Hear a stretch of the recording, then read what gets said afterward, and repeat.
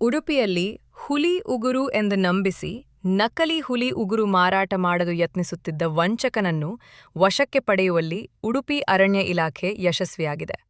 ಸನ್ಯಾಸಿ ವೇಷದಲ್ಲಿದ್ದ ವಂಚಕನು ಹುಲಿ ಉಗುರು ಅಸಲಿ ಎಂದು ನಂಬಿಸಿ ಸಾರ್ವಜನಿಕರಿಗೆ ಮಾರಾಟ ಮಾಡಲು ಯತ್ನಿಸುತ್ತಿದ್ದ ವೇಳೆ ಅನುಮಾನಗೊಂಡ ಸಾರ್ವಜನಿಕರು ನಾಗರಿಕ ಸಮಿತಿಯ ಕಾರ್ಯಕರ್ತರಿಗೆ ಮಾಹಿತಿ ನೀಡಿದ್ದಾರೆ.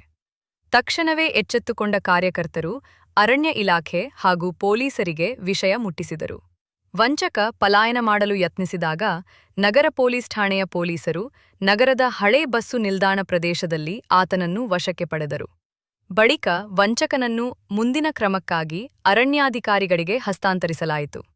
ಈ ಕಾರ್ಯಾಚರಣೆಗೆ ಉಡುಪಿ ಜಿಲ್ಲಾ ನಾಗರಿಕ ಸಮಿತಿಯ ಕಾರ್ಯಕರ್ತರಾದ ನಿತ್ಯಾನಂದ ಒಳಕಾಡು ಹಾಗೂ ತಾರಾನಾಥ್ ಮೇಸ್ತಾ ಶಿರೂರು ಸಹಕಾರ ನೀಡಿದರು. ಅರಣ್ಯ ಹಾಗೂ ವನ್ಯಜೀವಿ ಸಂರಕ್ಷಣಾ ಕಾಯ್ದೆ ಉಲ್ಲಂಘನೆ ಸಂಬಂಧ ಪ್ರಕರಣ ದಾಖಲಿಸಿಕೊಂಡಿರುವ ಅರಣ್ಯ ಇಲಾಖೆ ವಶಪಡಿಸಿಕೊಂಡ ವಸ್ತು ನಕಲಿಯೇ ಎಂಬುದರ ಬಗ್ಗೆ ತಾಂತ್ರಿಕ ಪರಿಶೀಲನೆ ನಡೆಸುತ್ತಿದೆ. ಈ ಕಾರ್ಯಾಚರಣೆಗೆ ಸಹಕರಿಸಿದ ಸಾರ್ವಜನಿಕರು ಮತ್ತು ನಾಗರಿಕ ಸಮಿತಿಯ ಕಾರ್ಯಕರ್ತರನ್ನು ಅಧಿಕಾರಿಗಳು ಅಭಿನಂದಿಸಿದ್ದಾರೆ.